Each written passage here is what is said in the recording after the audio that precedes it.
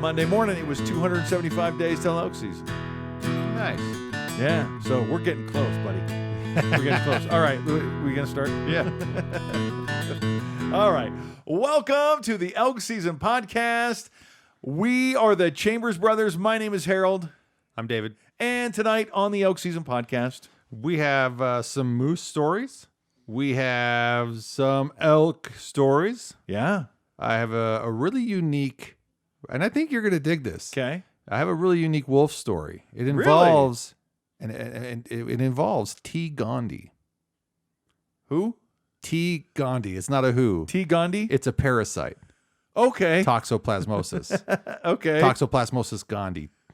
Okay. So, toxoplasmosis common in cats, right? Really? I had no idea. I don't know what you're talking about. When No. I give you the backdrop of Okay. this story, because I have to give you some, it's nice to paint the picture because you have to kind of know Okay. where this comes from and what the implications are. And I read this article about wolves and something about this. Did I say bacteria? It's not a bacteria, but anyway, it's a small microscopic something. Okay. Pathogen? Yeah, pathogen. Okay. I guess. Still not the right word, but you know what I mean. And so I'll give you the backdrop and you'll remember, oh yes, I have heard that because you've told me about Okay. T. Gandhi before. So anyway, Interesting. It has something to do with wolves tonight. And was there a bighorn sheep conversation Yeah. in there? A bighorn sheep in southern Idaho? Yeah. Yeah. Yeah. Yeah, that's in there? Yeah. And some CWD news. Yeah. Chronic wasting disease. Yeah. So all that and more, because we get long-winded. Oh, yeah. Every time we do the Elk Season Podcast. Of course, the Elk Season Podcast is dedicated to archery elk, the greatest, The bestest. outdoor sport in North America. And we have I have a few more things. We have an update on Jared, one of our hunting buddies, Jared. Yes, Jared. Who in Montana, Montana's such a great place. There's 6 weeks of archery, Oh my gosh. followed by 6 weeks of That's rifle it. I'm hunting, moving. followed by 6 weeks of rifle hunting. That 6 weeks of rifle hunting ended last Sunday He's after probably, Thanksgiving. He's probably feeling put out. He actually is, because he still, after 12 weeks of hunting, Oh my gosh. hasn't killed an elk, and his truck is stuck somewhere near Monida Pass. I don't want to say where because, it's a secret hunting spot, but it's somewhere near Monida Pass. It's Oh, stuck. goodness. He hitchhiked, somehow got a ride into Dillon. Oh my goodness. He's been staying in a hotel in Dillon, 3.5, 4 hours away from home, thinking that the weather's going to get better. Here are his options. He goes, he goes, first of all, he's calling me because his wife, he goes, he already called his wife. His wife is mad. She's on his way down. He's already telling me, dude, the leash is going to be short on me until next September. Oh no. It's that bad. It's that bad of a mess up for Jared that he says the leash. Womp, womp, womp. He goes, here's our options. You come up here. We rent a couple snowmobiles. We go in. We get all the valuables because his truck is loaded with guns and equipment and gear. And I mean, it's goodness. just full of stuff. So he goes, we can get some snowmobiles. We can rent them. We can go out there, retrieve all the expensive stuff. We'll come back in the spring when the snow melts. Get the truck. Okay. Right? I go, is it on the road? He goes, oh, it's right in the middle. Oh no. I'm like, okay. What's our other option? He goes, well, we rent a Bobcat and we just go dig our own path to the truck and then we drive out on that path. Okay. And I go, okay, that's pretty smart. Yeah. I would, you have to get permission from the Forest Service, Yeah. but man, you get mean your whole Montana Fish, Wildlife, and Parks? truck for whatever it is. Is that what it is? You'd have to get from whatever the Forest Service is. Montana Fish, Wildlife, and Parks. Is that what it is? It's the Idaho Department of Fish, Wildlife, and Parks. Montana Fish and Wildlife Parks. So just remember that. So anyways, that's where he is. His wife has probably made it to Dillon by now. I'd love to hear an update. And this is after he went backpacking with us. Yeah, and during. So think about the significance of this. He went backpacking with us during the heat of September. Oh, yeah. It was so hot. Early that weekend. September. Early September. He then proceeds to have a heart attack, apparently. Yeah, in early October. And then at the end of all this, he loses his truck in a snowdrift Yeah. in Montana. And from one extreme to the other, this guy. Yeah. Yeah. Well, good luck to Jared, man. Man, my gosh. I go, are there any trees around? Is there any cover? He goes, not a tree in sight. You can't get a snatch block up. You can't, right? You can't. Oh, man. You can't winch it out. So, anyways, that's where Jared is. I wish I had the resources, time mostly, to say, hey, I'll just throw the kids in the car. Oh, let's go rescue Right. Uncle Jared. Yeah. And anyways, poor Jared. Hey, man, Yeah. that's just another page in the book of Jared. Not an uninteresting page in that entire book, I'm pretty sure. I'm Yeah, convinced there of that isn't. by There now. really isn't. There isn't. I feel bad. His wife, for a little extra money, a little side hustle, they raise dachshunds. Oh, that's right. Yeah. And so he puts up with a lot. Yeah. So there's Yep. Betcha.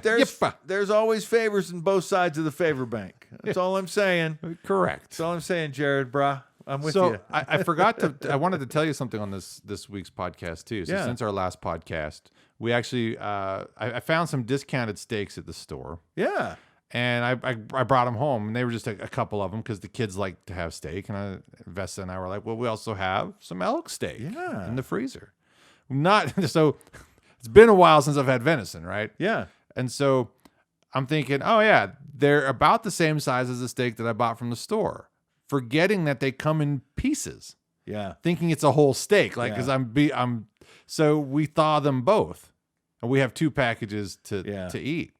And so I'm like, as soon as I realized once it was thawed, I was like, oh, that's right, it's all different, but they're good steaks, they're just smaller. Right. And so realizing that we were gonna have this for dinner, I'm thinking, well, how do you season the steaks?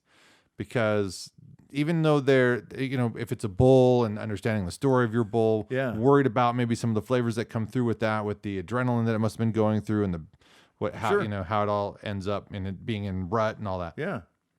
So I'm thinking, got to find some way to season this. So I'm thinking, okay, well, I have 2 packages of this wild beef and or Right. wild elk.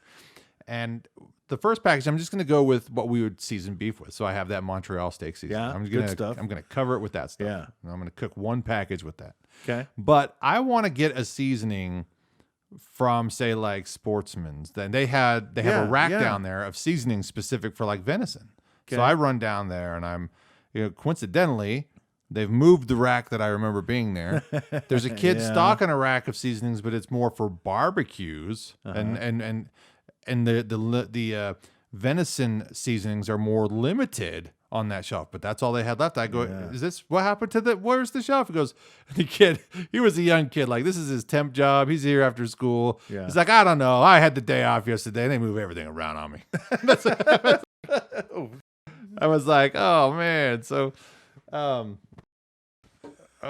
I'll be able to edit that out. It's okay. okay. It's yeah. So anyway, so I look on the shelf and I look through the seasonings, and I'm looking for stuff, and I'm fairly, and you know this about me, I like to cook. I'm not like a great cook, but I have a Better than me. I have a sense of what I want to do with the food that I'm eating, and not that you don't, but I just have an approach that I've learned Right. to just kind of Yeah. look for certain elements that I appreciate. And so I'm looking on the back of these venison labeled seasonings, and they're just a lot of stuff that I already have at home. I'm like, that's not interesting. Right. I'm cool. It's cool that maybe you have that, because I can just remember that. I'll take a picture of this and go home and just use it. Right. But then I find one that has some unique stuff, and it had, I can't remember, it's like a balsamic powder or something. I'm like, okay, that's curious. Okay. So I buy the one with this balsamic whatever. And It's a liquid? no, it's a powder. Oh, okay. And so we did this side by side. I guess I don't know what balsamic means. The only other thing It's I a- it's a- associate it with is vinegar. Yeah, it's that, but it's in a powder form, Okay. so that they can put it into a dry seasoning. So Okay. anyway, so I buy this rub. We bring it home, and I season everything up. I cook it all up, and that was the way to go. Like, Yeah? the Montreal steak seasoning, horrible. Really? In terms of, Really? it just didn't do it for me. Now, Okay. the other seasoning though, just like whatever gaminess was there, was that balsamicness really just kind of made you forget about it. Really? And it was tasty. And I also learned this as I was trying to, like, how do you cook elk steak? I don't know if you think about, like, what temperature. Apparently, you got to go high. Okay. On a high, hot heat. Okay. And just kind of monitor it because the way that it renders is different. So so to Montreal steak seasoning's defense, we had used our cast iron in the kitchen and it was warming up. I kind of was too impatient, so I was starting to cook before it was really too hot, and I actually had to turn it up hotter because I was in the middle of cooking them when I'm like, oh, did I not go hot enough? So they maybe have not gotten cooked the correct way in terms of heat. So by the time did you baste it at all with any butter, or did you use any oil? Just a little bit of oil on the cast iron. I think we used, I can't remember if I used butter, but anyway, I was just going to say, if you have any elk left, I can send you with some seasoning or send you with that seasoning. Okay. It actually, I don't know, you might not like it because every now and then you'll be like, David, what do you like off this menu? I'm like, I love this. And you'll sit there and you'll eat it and be like, this is crap, David. So this is not what I call good I would food. just say tread carefully and with we got my recommendation. And we got the same mama, yo. Yeah, right. Same mama. We should have we like the same stuff. Well, but here's a a silver lining to this that I was really surprised at. Yeah. The first thing I thought I was like elk meat that I didn't harvest, and I don't know. It's venison. It's not something I have all that often, so I was really apprehensive about it. Yeah. And I really enjoyed it. In fact, from the moment I opened it, it smelled really good. It smelled fresh, almost sweet. Yeah. I was really impressed with that. Yeah. And that started to calm my nerves a little bit. And even though I didn't like the Montreal steak seasoning, that other seasoning it worked really, really well. But it was my children. Really? Loved it. Really? They ate more of it than I did. Awesome. Good. Yeah, so I had elk last night too. I was thank you so much for sharing that with us. Of course. Trying to and the boys already want to do more in the hunting world with me, and so I'm eating Uncle Harold's elk. I told them to say thank you when you got over here. I'm sure they remembered from 2 weeks ago, but I'll say for them, they finished it off the next day. It just was good. So, good. Anyway, well, thank you for that. That's a good review. That's good talk. When I told you I was going to finish watching Rich Froning hunt elk. Rich Froning is the CrossFitter. Okay. He's been to the CrossFit Games 10 times. He's been on the podium in the CrossFit Games 10 times. And he says this elk hunt was one of the 5 hardest things he's ever done in his life. And it was really good. He has his YouTube channel is called CrossFit Mayhem. Okay. There's nothing about elk on it, right? Yeah. I mean, there effectively isn't. But he did go. It was so much. It was so good. It was so good. I would recommend this as a great elk season watch. It's not because he's not about the antlers, the size of the bulls, how many inches. Okay. He's not about that. He's about getting out in the woods, working hard, having a close encounter. And he had the close encounter. They show him making the shot, but you don't see the bull. Yeah. It's not framed up that way. It happened how it happened. I'm sure they would have liked to have had a shot of the bull. Yeah. But it just happened how it happened. And he took the shot and they tracked him and they found him and they took pictures and they packed him out. And the end of the episode the end of the video, it was him cooking. It's like, I brought this elk home. We're eating it. This is what we're doing. Nice. And it's really a really great episode. Again, I don't know. I don't know. I forgot the name of the episode. I should have wrote it down. But it's CrossFit Mayhem on YouTube. Okay. And it'd be Rich Froning. And Rich Froning, raises buffalo. We went over this last week. Time, yeah. But really good, really good elk season content. I know we're going to have a big explosion of content after the new year. But until then, we will go over, and I will find some more YouTube content of the 2022 archery elk season. Yeah, I think our year started off with us reviewing weekly videos from certain YouTubers, so that could be a fun activity to do as well. Once it comes out. Corey Jacobson's video is Elk 101 series, Destination Elk. Yeah, I think is what it's called. They're really working hard to put together a comprehensive format for a whole season. So elk season only lasts September, into 6 weeks if you count Montana and going a little bit extra. But when you have those 6 weeks, you want to stretch that out into a 6-month, video rollout. Yeah. You really want to keep that content coming. So it's been interesting and fun to watch them develop Destination Elk as a series, and we'll see what kind of changes they make this year. Yeah, that'd be fun. Yeah, I like them.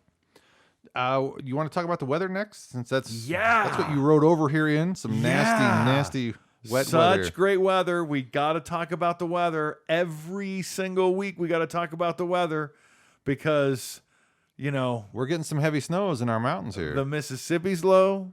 Yeah. The Colorado's low. The snake kind of recovered. Yeah. But we had such a dry July and August that we went back out into sort of a drought condition. So we're watching the water level very, very closely. There's a big storm. So far this year, we've had a lot of moisture. Yeah. In the fall. And it's only it's December 1st. It's only December 1st. And I think last year our first and our biggest snow was like Christmas Eve. Yeah. And it stayed for a couple months, which was great. But we didn't get much after that. I mean, it all fell at once, and then it just kind of dissipated. So this is the second storm we've had roll through, or it's the second half of the second storm, something like that. But it's been cool, and it's been wet, and we have really cold conditions coming through here in the next 14 days. There's a good 7-day stretch where the highs are below freezing, and the lows are single digit. I mean, I had to use a snow shovel last week, or on Monday this week. Sorry, Monday this week. And so that was my second or third day on the elliptical, and then I was like, I'll get to extend my exercise today. Go outside and shovel the walks, and I do my whole side. Like you live on a corner. Yeah, that's a lot of work. Yeah. But it was there are these unique snow shovels that I found. They're sort of this really thick plastic of some kind. I'm not sure sort of fills up like a big tray. Yeah, and it's the way that they work is just the best I've ever used. Yeah. And I got it from Costco, but you have to hit it when there's if the snow's coming down, you got to stay on top of it. Right. Last year you couldn't stay on top of it fast enough. I mean, it was coming down so much here. Yeah. But anyway, yeah. So it's okay. We're just watching it. It's really important to see these storms hit Colorado.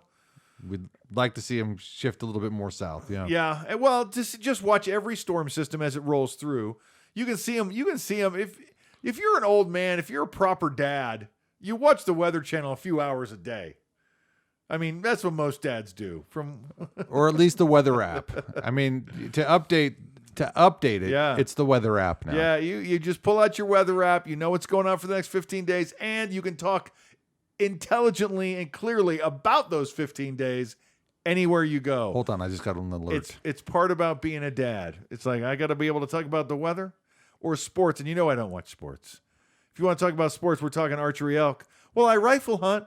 Oh, so does my mom. Anyway, so you won't get far in that conversation. No. Anyway, hopefully it's a good winter, and we'll keep watching it. Yeah, well, so far so good. So far so good. If you're praying though, it's working. Keep praying. Correct. Yeah. We'll take whatever we can get. Do you want to jump into these stories? Yeah. Got Idaho Hunt and Fish page. Southern Idaho moose. So real quick, before you talk about the moose, December 1st, 10 a.m. That's today. Correct. That's when elk tags go on sale for next year for out-of-staters. Oh. Today at 10 a.m. Jared, because he spent in a hotel room. Oh, no. He bought like 2, didn't he? Cannot get through. Oh, wow. He's had problem getting into the Idaho Fishing Game website. So I don't know what the deal is. If it's Montana's internet, or if it's Idaho's internet. Don't be cheating on us, Jared, says the Montana Wi-Fi. Yeah. Well, that sucks. So I think, you know what? Anyways, I hope he gets a tag again. I hope he gets a tag again. He's after a heart attack is enough to scare you and at least to exercise him for a few months. And we'll take it easier on him next year. No, we won't. We won't. We will. I will find him in the summertime and hike him to mountains and make him go fishing. Okay. As tests. There you go. We're gonna test your strength. We're gonna pack back in. Oh. By the way. I spent some time on Google Earth. This is bad. I know we want to talk about this giant moose, and it's really awesome. It's pretty big. But hold on, I'm looking at this. I'm still counting the tips. The lower 48. The largest roadless area in the lower 48 states is right here in Idaho. It's called the Frank Church River of No Return Wilderness Area. It is huge. Most people don't even know it exists. People outside of Idaho are like, no, don't even know. Yeah. But there is what's it called? The North Fork? No, the South Fork of the Salmon? The Middle Fork. It's called the Middle Fork of the Salmon River. From Dagger Falls all the way to where it meets the main salmon. Okay. You can get a permit to float that. Yeah. There's unlimited number of permits after September 7th. Okay. You can float. It is 100 miles of floating through the greatest wilderness in the lower 48. Okay. And we have elk tags for that. Yeah. So it is absolutely my plan to take you on that event. Not next year. Settle down. Hold on. I need to take a few deep breaths. Yeah. I need to calm down. My anxiety spiked. It's exciting, isn't it? It's just so exciting. Well, it's propelling myself. I'm sorry about that cable. That's all right. I'm propelling myself into the future, trying to figure out just how to arrange for that, because that would be something. Yeah, because I don't know. So many things would have to happen, right? Yeah. We'd have to at least float it once with a guide. Yeah. Right? To really see how long it takes, what kind of maneuvers. I watched some videos on YouTube, but I would really gosh, if somebody knows how to run a river, anybody could do this. Yeah. Anybody in the United States could come to Idaho and float it and float hunt. Yeah. And I've seen other guys do it in November, hunt mule deer. Yeah. So I think there'd be enough water in September for 2 guys, maybe 3. And I'm talking tents with heaters and coolers full of beer every night for a week. That's what I'm talking about. What? But deep in the wilderness. I know we talked about flying in to some remote places. Yeah. But man, floating sounds pretty fun. Oh my gosh, right? It sounds so cool. And if it's a doable adventure, if you get onto Google Earth and you follow the Middle Fork of the Salmon River from Dagger Falls all the way down, you look at all the opportunities. There's pictures all along the way. You can look at the pictures. You can see all the named camping spots, but you can also see, you know how it is in Elk Ridge. You go from there's a little trail where we hunt, and there's Morning Ridge and Elk Ridge, and they're this close to each other. But when you hike them, it's vast. Huge country. Just so vast. There are so many places along the Middle Fork of the Salmon River, and you can see them open up. You're like, if we could camp right here, you could walk back just a half a mile, and now you're in paradise, elk paradise. And there's no grizzlies. No, not yet. There's no grizzlies there. There are wolves not to be concerned with, but there's no grizzlies yet in that area. And that's what somebody asked me. I tell them about, hey, you ever think about floating the Middle Fork? And they're like, well, yeah, it's a wilderness. There's grizzlies, right? No, not yet. Not yet. Let's float it before there's grizzlies. If I float it, I'll bring some Wyoming wrestlers with me. Anyway, so that's the new dream, is to float the Middle Fork of the Salmon with, heaters and beer. I think is the first 2 items on my list. Heaters and beer. Yeah. That's all I can think of. Warm. Is there a bow? I'm there? out of ideas. Is it Oh no. Some guys, elk season, you really want to enhance the happiness of elk season, man. You pack in some lobster. If you want to have lobster, have lobster. Have some lobster. You really want to eat freeze-dried food pouches? Eat freeze-dried fruit? Go ahead. I can't even say it. Go ahead. headlines, but you were trying to fish it up, and then it. Yeah, I was finishing up the idea on the middle fork of the Salmon River run on a hunt. I don't know how many guys have ever done that. It's one of my. I think it's one of my favorite episodes of Outdoor Idaho. Really? When they do that. Yeah. What do they do?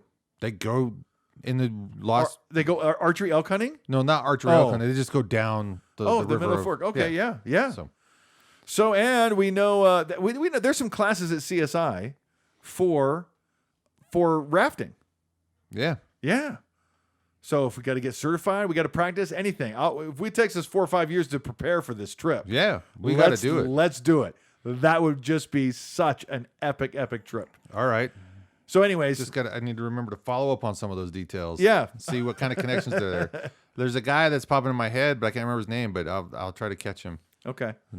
If you see something on YouTube, anybody floating the middle fork of the Salmon, I just have these thoughts. You start missing elk season. You know, it's 272 days, 271 days till elk season. So it's going to be a long wait. We gotta fill our head with dreams of sugar plums, or whatever it is elk hunters dream of. It's floating down the middle fork is what I'm dreaming of.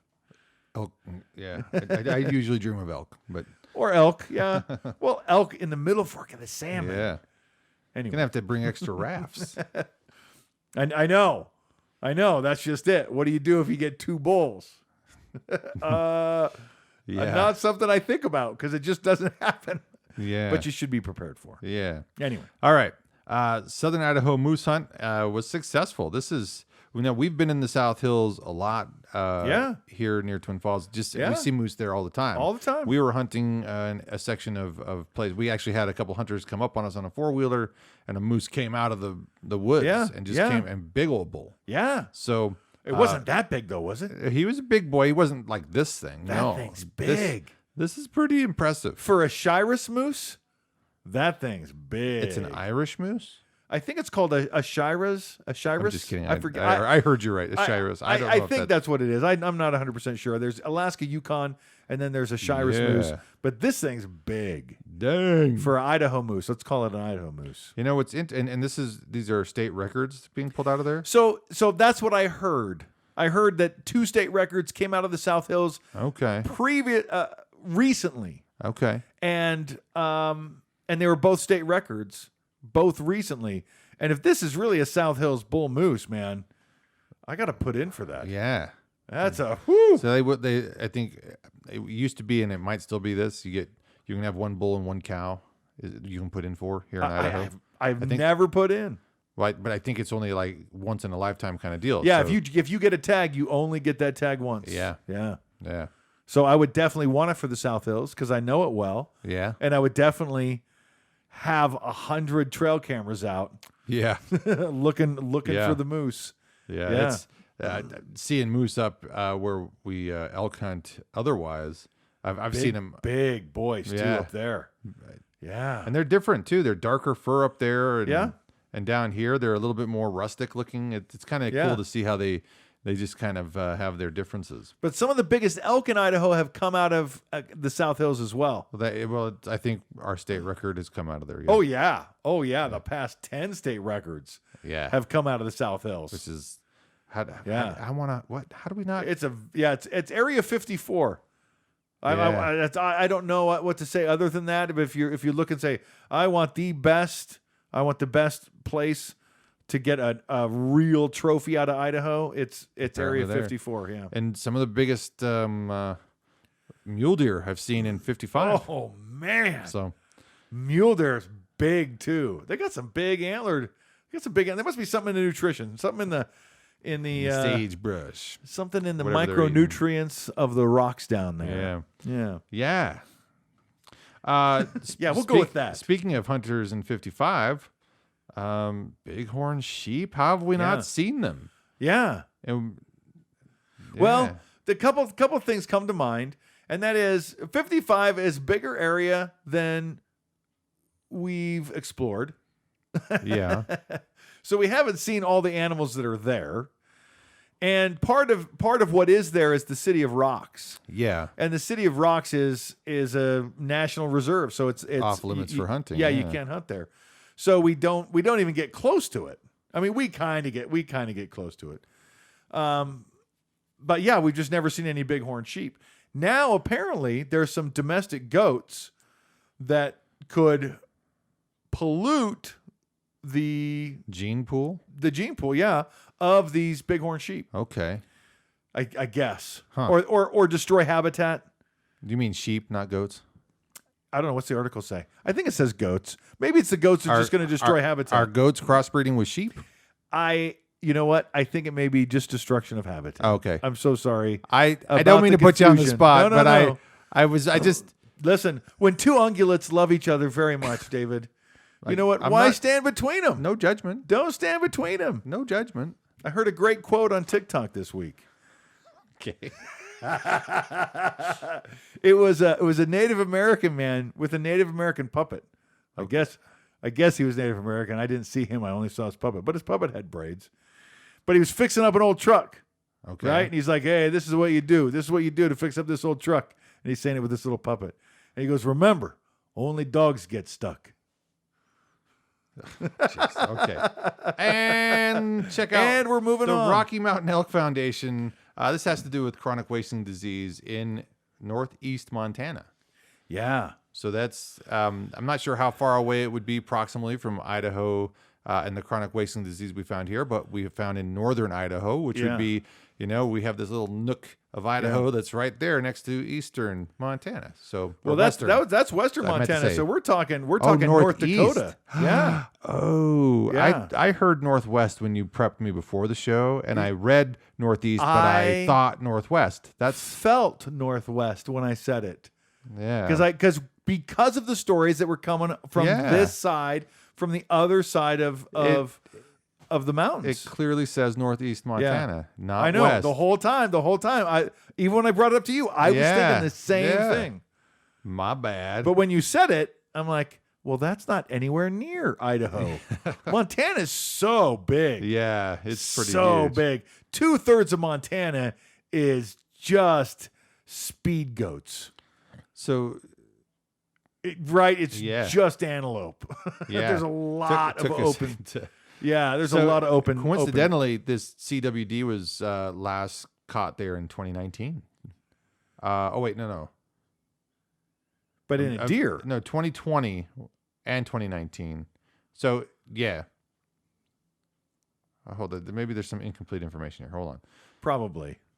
It looks like it's a brief synopsis, so I don't have the whole story because there's two dates, 2019 and 2020. And I thought this was something regarding this year as well, but it was a day ago, depending on when you took that screenshot. It's okay. You call me right out for any of my Unless you took that screenshot 4 years ago. I You was just never making know. a joke out of it. I wasn't calling you out. I was You never know. I don't know. so, anyway, chronic wasting disease. Here's here's a conflict I have with it. Okay. I'm okay with being concerned about it. Idaho asked all hunters to have their meat checked. Right. I don't know if you have had a chance to consider that. I haven't with your done that bull at yet, all. no. I've already consumed some of it. I seem okay, at So least far. I think. They say it's related to or has similar symptom things to like mad cow disease, Okay. chronic wasting disease, but they're not sure the implications of human consumption of meat that might have contamination. So there isn't any known issues with chronic wasting disease being consumed by humans, but I just worry. I don't want the rhetoric to get too I don't want it to be too fear mongering. Right. So I'm just a little. I mean, I want to know about CWD, but we need to know more about it, and that's Yeah. my point. Yeah. What else can we do to learn more about it? Yeah. I'm glad that we know that it exists. We know that it exists in populations. Yeah. What are we missing in the research? How is it spread? Why is it spreading? What can we do to stop the spread? Where is it coming from? There's something there to it. So anyway, it's just food for thought. I'm not saying that anybody's doing anything wrong, but I'm wondering where it's going to be a different story because we hear the same thing over and over and over and I over. don't know. I don't know. Is there an animal epidemiologist? There's got to be. Yeah, probably. Probably. There's got to be an expert, somebody smarter than me about it. So I'm an animal psychologist. let's hope so. I'm just kidding. I'm not really. I'm not an animal or a psychologist. So I'm glad you said something because my sunfish are depressed. I think. Anyway, sunfish is depressed. I don't want Interesting. to make light of depression. I shouldn't. But That's true, and I shouldn't go there either. All right, Colorado Parks. I'm sorry, the Colorado Division of Parks, Fish, Wildlife, and Parks. Sorry, in search of qualified volunteers to assist in the second year of an elk dispersal project. qualified volunteers. Do you have a heartbeat? Do you have a gun? Good. You're a qualified volunteer. No, I'm kidding. Kaboom! I don't know what the qualifications are for the volunteers, but they need to disperse elk because there's no predators for the elk. Well, I threw that in on my own. I mean, there are predators, humans, but yeah, but very seasonally. What are they? 6 weeks, 8 weeks of hunting season, maybe in Colorado. I don't know. Are you okay? You got something weird? I think there's something going on with my headphones. Yeah, my right ear can't hear as well as my left ear can right Mine now. either. But I can still hear my right ear, I think. No. Oh, yeah, I can. I totally can. Yeah. Weird. Yeah, something tripped the demons. I'm not sure what it is. It's just a weird anomaly. Hopefully everything's going to be sounding good. Anyway. The reintroduction of wolves to Colorado will likely help disperse elk. Yeah. Oh, very much so. Very much so. So love them or hate them, they're coming back. I don't know. I don't know where in Colorado this is and how far away they are from the wolves.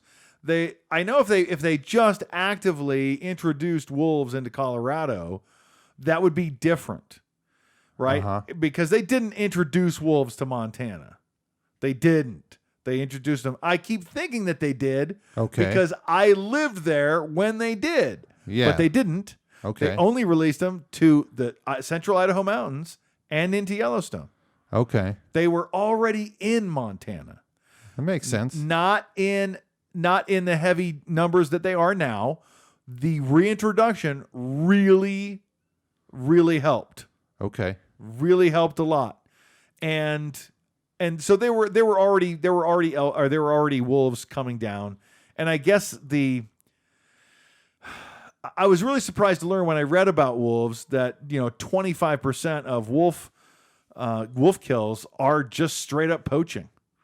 25% to 25 to 30%. It's a surprising high number. So I wonder how many of those wolves, some of those ranchers that live on the northern border of Montana, realize we don't have wolves here. We don't want them here. They're not collared.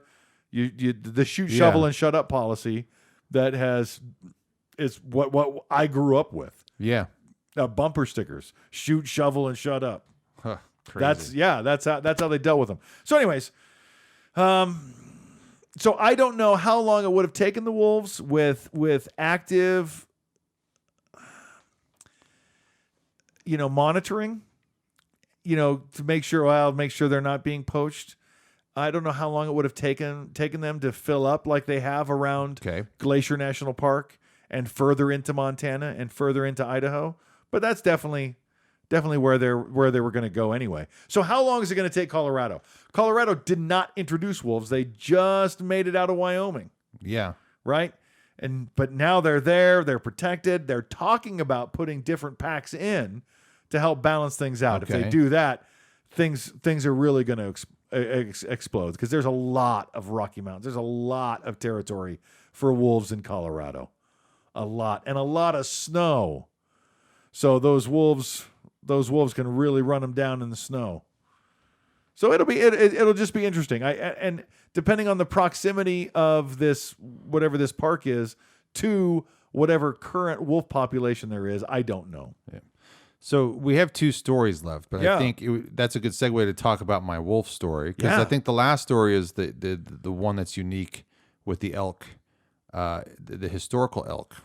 Yeah. I don't know. I'm trying not to give it away if you don't want to spoil it yet. Let's talk about. I'm going to try something real quick. I'm going to turn off and then turn on the. Okay. That didn't help at all. That didn't help at all. Okay. It's really distracting. It is. And It is.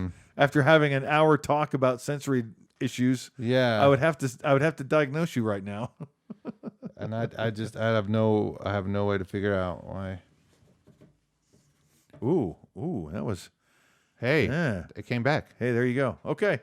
Hey, Just like I'll there was take it. nothing wrong. I shook the demon.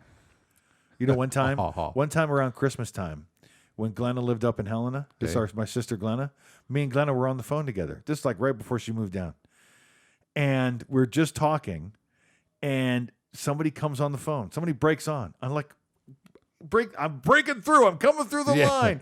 Just breaks on and goes, "This is God," and hangs up. That was. I'll have to ask Glenn. I fought my way off a hold. I fought my way off a hold. Anyway, so that's what that Crazy. sounded like. Sounded like somebody breaking into the conversation. And did I tell you? And I told you about that weird situation when I was sitting at the train waiting on my way up. Yes, That was so weird. Okay. Yeah. All right. So let's before There's I a tell baby you, monitor on his radio. Super creepy. yeah, hearing a mom put a kid to bed. It was cute, but I had this moment of like, what if I heard some horrific crime going down? I know. It was like a horror I film. know. Speaking of horror film, sorry, you need to watch. You need to watch the trailer for Cocaine Bear. Cocaine Bear. Yeah. I'm in. So it's and I'm gonna spoil the premise for you because it's so dumb. I think I have to watch it. Some drug cartels drop a bunch of cocaine in this forest. A black bear, as the people go out to retrieve their cocaine, a black bear has gotten into it. Yeah. And is all jacked up on cocaine and starts killing them. Yeah. Cocaine bear. That's awesome. Dude.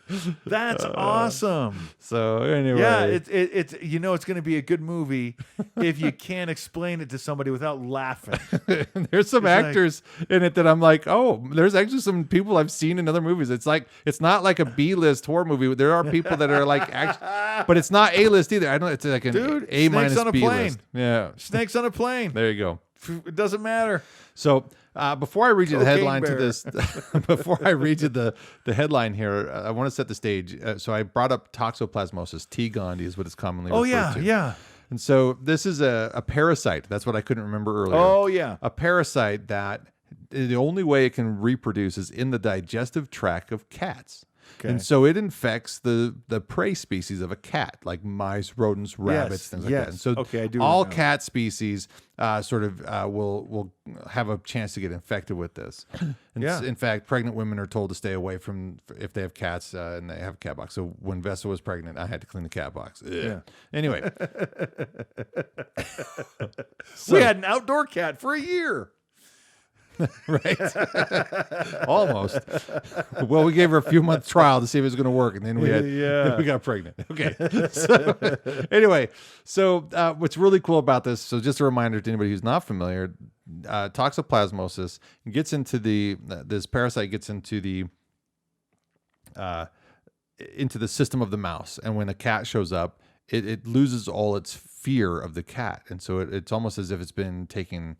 That it's hijacked the mouse's system because it wants to be eaten so it can reproduce. Right. And so maybe this is a new cat, maybe the same cat, doesn't matter. This is how it's going to get itself back into the digestive system. We know that other people can have impacts from this, hence stay away pregnant ladies, right? So this parasite can have impacts with other things. But one of the things that it apparently does, and if you look at the mice, it reduces their fear, which is an increase in risk-taking behavior. Okay. Yeah. So it actually increases risk-taking behavior. And they're wondering, could that be a symptom that happens to humans? Right. Right? So what does this have to do with wolves? So in Yellowstone, this story comes across that says mind-controlling parasite makes wolves 46 times likelier to be the leader of the pack. Wow. And it has to do with T. gondii. So as they're roaming the forest, they come across scat from big cats. They get infected with the parasite. They have increased risk-taking. Now, the parasite isn't going to be able to reproduce in this animal, but it's there and it's infected it. Yeah. And so they tracked, they went through all the data and were looking at all these different things.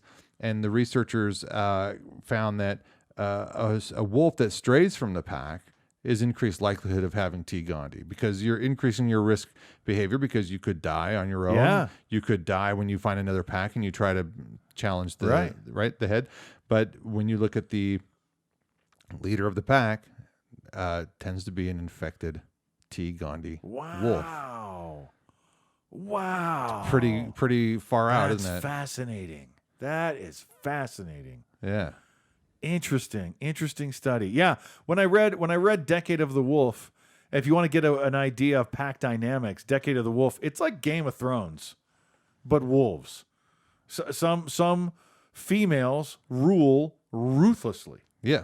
Some alpha males don't rule at all. They babysit. Yeah. They don't even care. Some alpha females have good partnerships with the really important wolves. Some wolves wander off and form up with other wolves from other packs and make their own pack. Some wolves go into that pack and are accepted and then take the entire pack over. Yeah. I mean, it is so dynamic. There are so many things going on apparently, in wolf culture. Yeah. A contributing factor to that is a mind-controlling parasite. Yeah. Fantastic. Yeah. That is wild. So it made me think, how do we better understand wolf behavior and conservation efforts and things like that? I don't know where it could go, but it made me go, there's got to be something to that. And I just read it yesterday. In fact, I was so excited when I read it yesterday morning. My brain made me think it was Thursday. I was starting to get things ready. Like, I left the house thinking about the podcast. I was plugging stuff in because I'm like, I'm not missing out on being able to tell them about this. So, and then I was in my office, and it dawned on me that it's Wednesday. I'm like 2 hours removed from having gotten all excited, and it was like, today's Wednesday. Dang it. Dang it. But it was. I just had to sit on it for another 24 hours. You know what? There was a funny story in there. Didn't I have another funny one? Or was that the end of them? Let me double check. We have talked about the crazy cat lady syndrome. Yeah. Right before. It's kind of the idea behind that. Yeah. And there's a really cool TED Talk that talks about all of that. Oh, really? And is it are we really conscious? There's like this weird I don't know if it's an existential hypothesis or what would you say? Philosophy? I don't know what you call it, but just some sort of hypothesis that are we really human or are we being controlled by something that we got infected with? Right. There's people all over TikTok. I know I spend a lot of time on TikTok, but there's people all over TikTok going, "You need to deworm yourselves. You need to do this," and I'm like, maybe that's true. But maybe that's why we are who we are, because of all the parasites we live with. It's called symbiosis. We have millions of different bacteria living in us. We don't want to get rid of it. Yeah. So anyway, it's an interesting idea. This last one is it says, sure enough, turns out it's part of an elk skull that is dating back to the Ice Age. A paleontologist from Missouri. There's an artifact they found that could be tens of thousands of years old, but it apparently is from an elk. Yeah. That's pretty fantastic. Yeah. Like elk were hanging out amongst the mastodons. And the what was the short-faced bears and the saber-tooths. Yeah. Yeah. Yeah. Crazy. I mean, I'm sure they resemble elk like the current horse resembles the ancient horse, right? Yes. But still, elk. Yeah. Interesting. You know what? I know there's one more. Don't put that away. I know I put one over there. There was another. There's nothing else in the folder, man. Oh man, what was it? Let me. I had a real good laugh over it. I'm like, we'll save this one till the end. No, you did, and I thought I saw it pop up there, but it's not there. Dang it! Is it one of these? School is important, but hunting is importanter. Yeah. Did we not talk about last year? No. Or last week? Debbie 2 weeks ago? Peterson shared this incredible photo of sundogs. Oh yeah, the sundogs north of Cut Bank. What do we know about Cut Bank? It was colder than it's the wild cold than Cut Bank. And that sundog, it makes it look like there's 3 sunrises at once. Yeah. Because there's a big ring around the sun, and where that ring touches the horizon, there's 2 more bright spots. We don't have time to go through all of those, but I found it. I found the one you're looking for. What is it? It's See, you're laughing too. it's apparently a calendar of taxidermy that is all messed up. Steve Ranella from Meat Eater. Steve, it's just a screenshot for Steve Ranella from Meat Eater. The beaver, man. Dude, it is. It is. Fat. What's the name of the calendar? This is a great for end of the year. Effed up old taxidermy. Effed up old taxidermy. Oh, and it says free. Really? Yeah. Let's get You one. got to find the link because it's probably just digital. Oh my gosh. No way. It says $7 up there though. So there's anyway. I spent $7 on dumber stuff. I don't care. I'll get this one. is a novelty. This is one of those novelty items. This is akin to the We put it right here. yeah. Count down to elk season on our effed up old taxidermy. That's what I. Thank you so much. That Yes. meant a lot to me. Yes. I'm glad I found it. I almost forgot. All right. So, Get out there and watch some 2022 elk content. If it's not in the freezer now, it probably isn't going to get there. not for a while. Yeah. Anyways, have a good week. We'll see you next time. Cheers. Be well. Goodbye.